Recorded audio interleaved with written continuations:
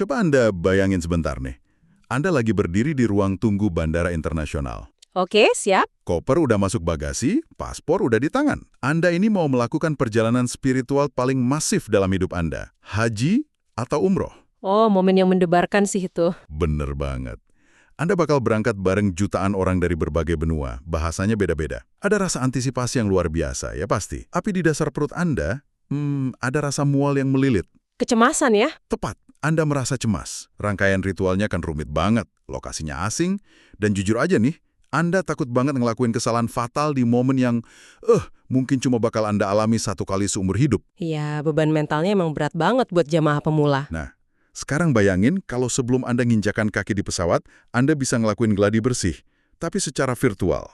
Kayak sebuah ruang di mana Anda bisa ngelihat Ka'bah secara nyata, mempraktikkan rute tawaf, ngerasain dimensi ruangnya, sebelum Anda benar-benar terbang ke sana. Jadi ibaratnya ngubah ketakutan psikologis akan hal yang nggak diketahui menjadi memori spasial yang udah terlatih kan? Bener. Itu proposisi nilai yang sangat kuat sih kalau dieksekusi dengan benar. Oke, jadi mari kita bedah ini. Hari ini, di meja kita ada tumpukan dokumen dari sebuah proyek teknologi yang mencoba memecahkan masalah kecemasan ibadah tadi. Iya, dokumen yang lumayan tebal. Iya kan? Kita punya profil startup ambisius, namanya Pilgrim First. Ini tuh semacam dunia pembelajaran haji dan umroh berbasis virtual reality atau VR. VR untuk ibadah. Betul.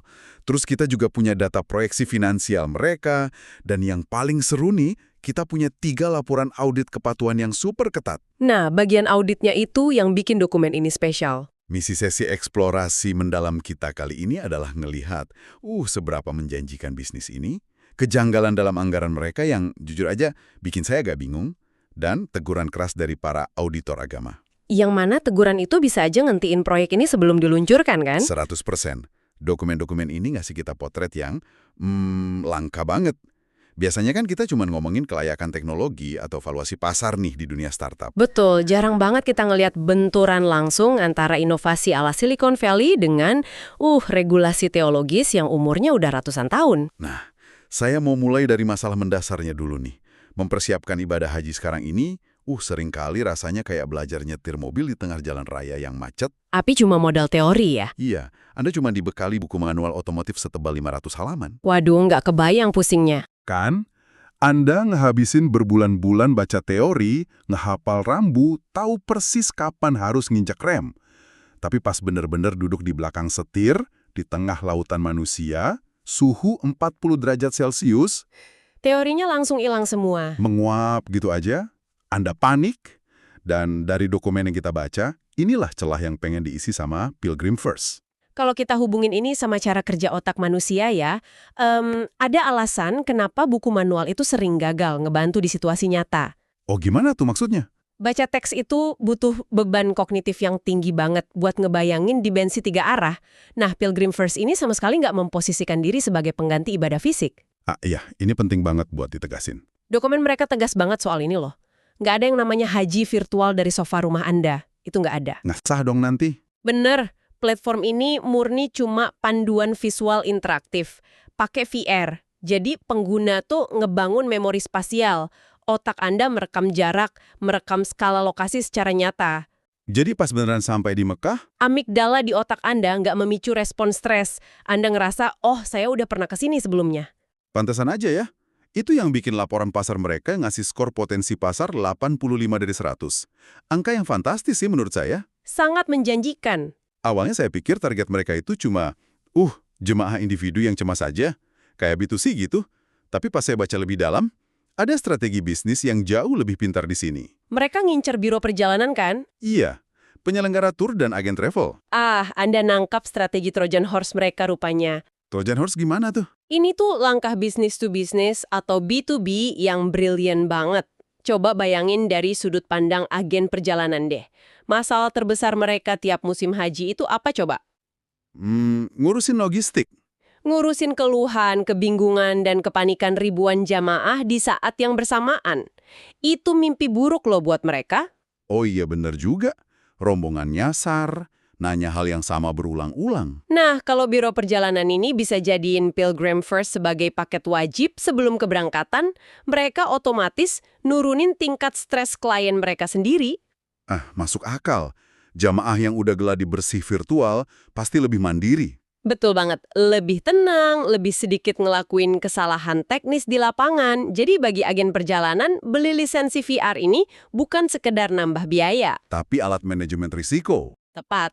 Dan dengan populasi muslim global yang mencapai 1,9 miliar orang, Pilgrim First ini nggak perlu capek-capek nyari pengguna satu persatu.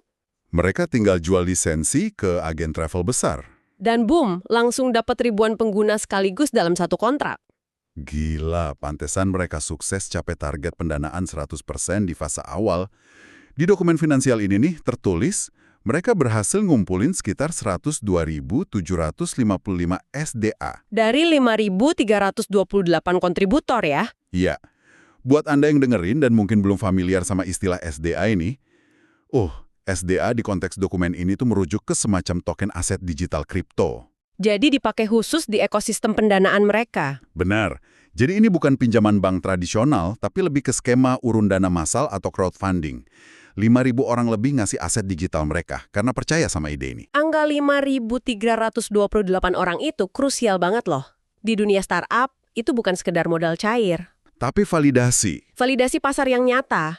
Ada 5.000 pengadopsi awal yang secara harfiah udah berinvestasi, mempertaruhkan uang mereka untuk kesuksesan produk ini. Ya, investasinya emang kelihatan solid banget, tapi, nah ini dia.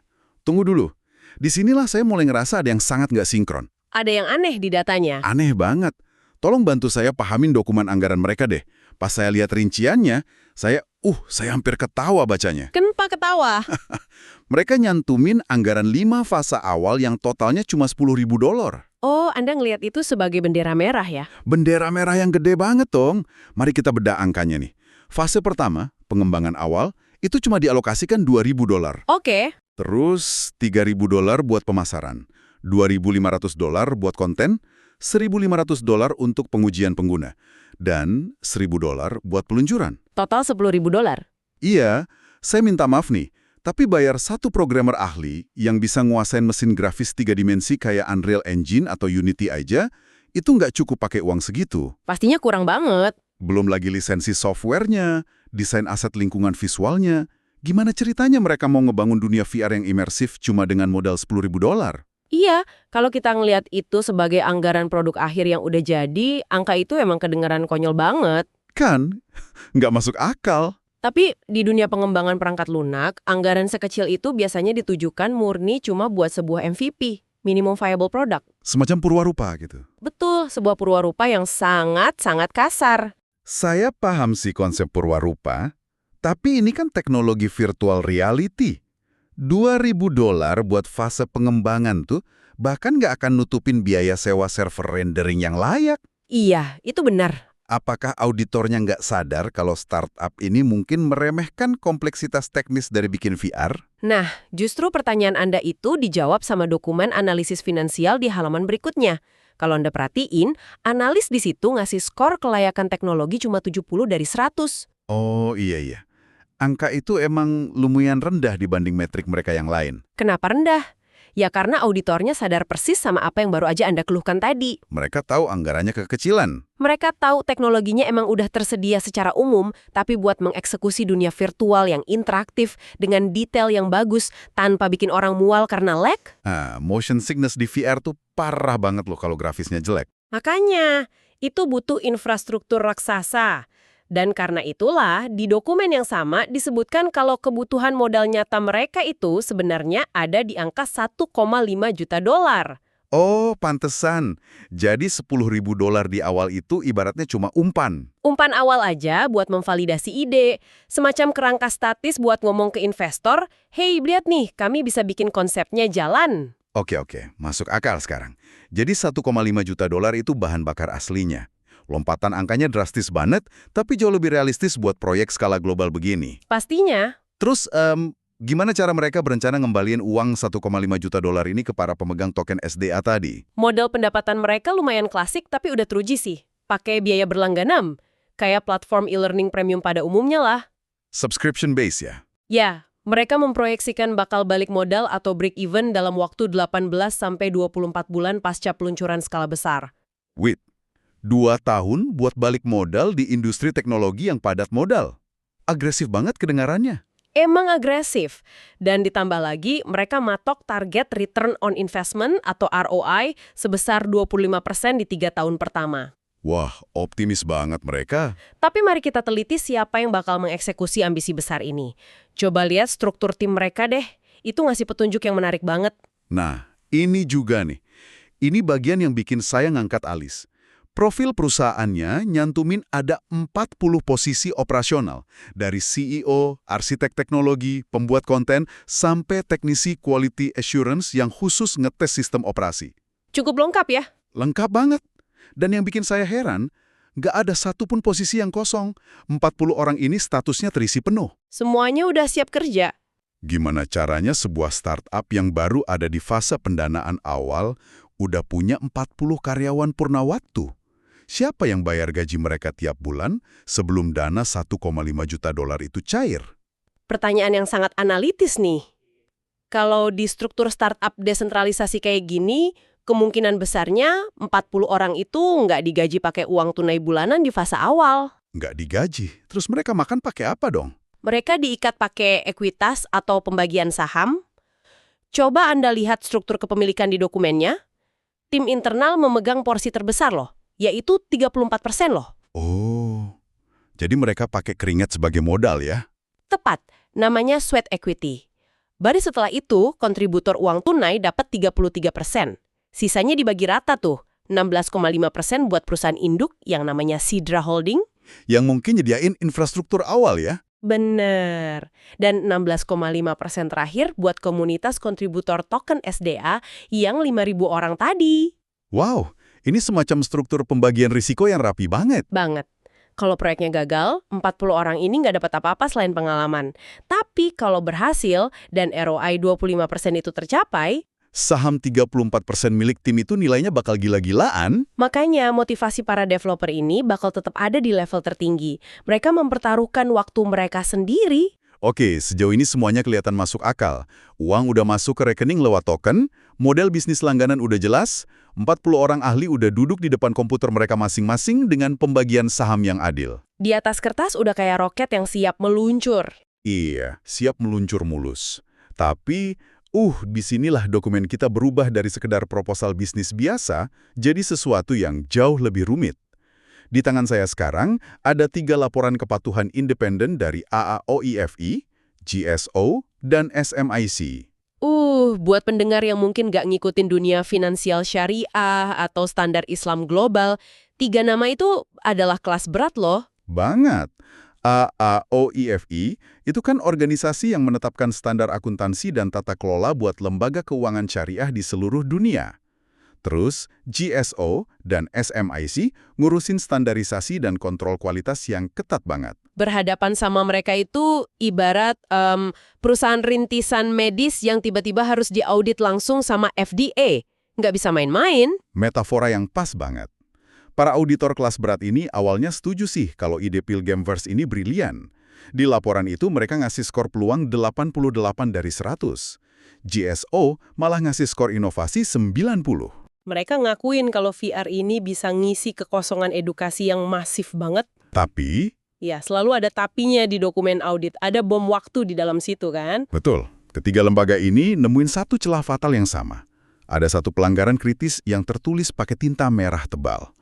Kurangnya validasi konten oleh cendekiawan atau pakar agama Islam yang berkualifikasi tinggi. Nah, yang menarik di sini adalah kita harus mengubah cara pandang kita soal apa arti sebuah bug atau kesalahan teknis di software ini. Gimana tuh bedanya? Kalau Pilgrimverse ini cuma bikin game balapan mobil biasa, terus ada bug di mana mobilnya bisa nembus tembok, ya penggunanya paling cuma ketawa, developernya tinggal rilis patch perbaikan, masalah selesai besoknya. Nggak ada dampak nyatanya. Tapi, coba bayangin kalau bug di Pilgrimverse ini nampilin urutan ritual yang kebalik. Atau gimana kalau pelafalan doa di ruang virtual itu pakai tajwid yang salah kaprah? Wah, itu bukan lagi sekedar masalah antar muka atau UI ya. Itu penyesatan umat namanya. Tepat, dampaknya fatal. Coba deh, mari kita pakai analogi ini biar Anda yang dengerin bisa ngerasain skala bencananya. Bayangin Pilgrim First ini adalah perusahaan yang ngebangun rumah sakit berteknologi paling mutakhir di dunia. Oke. Mereka beli mesin MRI tercanggih dari Jerman, bikin ruang operasi pakai robot presisi tinggi. Desain interior lobi rumah sakitnya mewah banget, sistem antrian pasiennya nggak ada cacat sama sekali. Mereka ngeresmiin rumah sakit itu. Tapi mereka lupa mempekerjakan dokter spesialis bersertifikat buat ngebaca hasil diagnosis dari mesin MRI itu. Wah, bahaya banget. Mereka punya mesin yang sempurna, tapi nggak ada otoritas ahli yang memastikan kalau pasien itu nggak didiagnosis secara salah. Kan gila. Analogi rumah sakit Anda itu nangkep esensi resiko eksistensial proyek ini dengan akurat banget loh. Tanpa dokter bersertifikat, mesin canggih itu justru jadi alat yang mematikan. Bener. AAOIV di laporannya dengan tegas banget ngutip standar mereka terkait otentisitas konten edukasi. GSO juga nyorotin resiko penyebaran informasi yang menyimpang. Intinya mereka nanya, siapa yang jadi penjaga gawang kebenaran agama di ruang virtual kalian ini? Terus, solusinya gimana? Ngebangun rumah sakitnya aja udah susah. Apalagi kalau tiap resep obat yang ditulis harus ngelewatin sidang etik dulu. Apa auditor ini nyuruh Pilgrim First buat bubar aja? Enggak kok, auditornya ngasih jalan keluar. Tapi jalan keluar ini bakal merombak total cara kerja perusahaannya. Rekomendasi mutlak dari ketiga lembaga itu adalah Pilgrim First wajib membentuk Dewan Syariah khusus di tingkat direksi. Di tingkat direksi? Iya. Dan dewan ini harus diisi sama ulama dengan kualifikasi yang diakui secara global, bukan sekedar penasehat lepas yang ditelepon sebulan sekali. Tunggu dulu, berarti ini proses pengembangan software mereka bakal berubah drastis dong. Di dunia teknologi kan ada yang namanya agile development, ya? Iya, sprint tiap minggu. Tim ngerilis fitur baru tiap minggu, terus-menerus ngupdate kode secara cepat. Kalau ada dewan syariah di jajaran direksi? Nah, disinilah letak benturan budayanya. Kecepatan ala startup teknologi tiba-tiba harus berhadapan langsung sama kehati-hatian telaah agama. Wah, kebayang sih ribetnya. Bayangin, tiap kali developer mau nambahin interaksi visual baru atau sekedar ngubah grafis rute di peta virtualnya, Dewan Syariah ini harus nge-review semuanya dulu. Jadi Dewan Syariah ini fungsinya udah kayak Departemen Quality Assurance tertinggi dong? Betul. Kalau ulamanya bilang, visualisasi bagian ini kurang tepat secara adab dan etika, maka seluruh kode itu harus dibongkar ulang dari awal. Itu bakal jadi leher botol yang parah banget sih. Pasti ngelambatin laju inovasi mereka. Emang bakal jadi tantangan operasional yang berat banget. Dan seolah itu belum cukup bikin pusing, ada satu kekhawatiran lagi dari laporan SMIC dan AAOIV. Apalagi tuh? Mereka nyorotin isu kebosanan pengguna. Aplikasi edukasi itu kan rentan banget ditinggalin kalau rasanya terlalu kaku atau monoton. Iya, bosenin. Terus auditornya nyaranin apa? Gamifikasi. Gamifikasi. Waktu saya baca bagian ini, jujur aja, saya skeptis banget loh. Gamifikasi buat simulasi ibadah suci. Gimana caranya nerapin itu tanpa mengubahnya jadi kayak video game murahan? Kesannya kurang sopan ya. Nggak etis banget.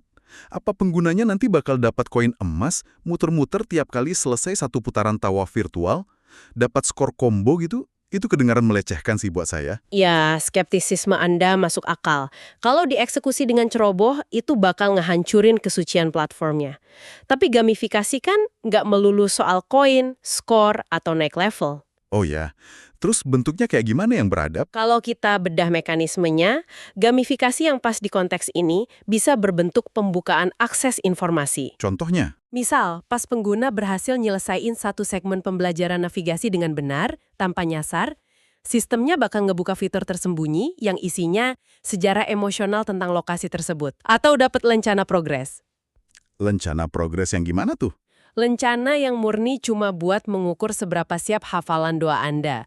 Bukan poin kompetitif buat dipamerin ke orang lain. Ah, oke. Jadi pakai elemen penghargaan psikologis murni buat motivasi belajar mandiri aja ya? Tanpa mengubah esensi ibadahnya jadi ajang kompetisi di leaderboard. Tepat banget. Dan auditornya juga ngasih satu saran brilian lainnya sih menurut saya.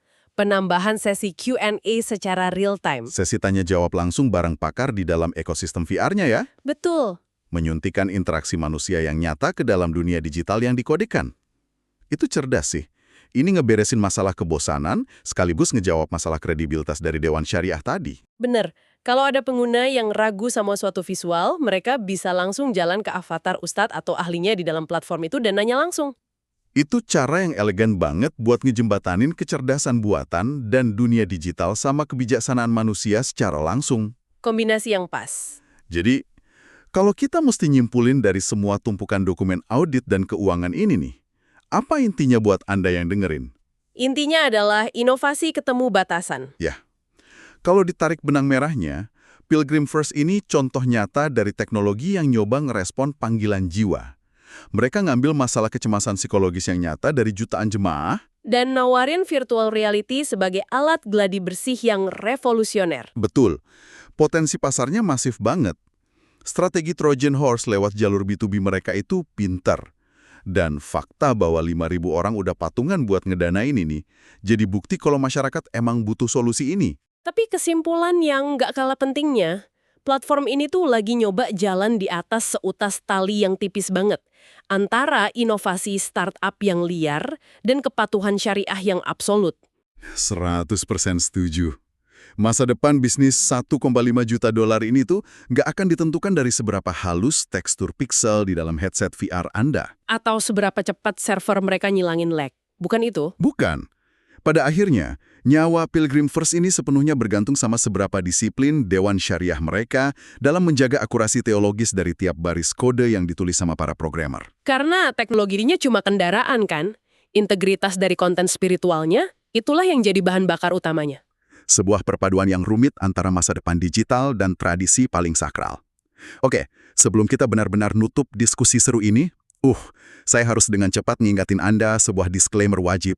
Penting nih buat yang mau ikut TU Imbang. Banget, yang juga ditekankan di dokumen finansial ini. Semua angka yang kita obrolin tadi, termasuk proyeksi ROI 25% dan pendanaan, itu murni buat tujuan informasi aja. Berinvestasi di startup teknologi awal, apalagi yang pakai token aset digital kripto kayak SDA, Risikonya volatilitasnya tinggi banget. sangat tinggi. Anda berpotensi kehilangan sebagian atau malah seluruh modal Anda.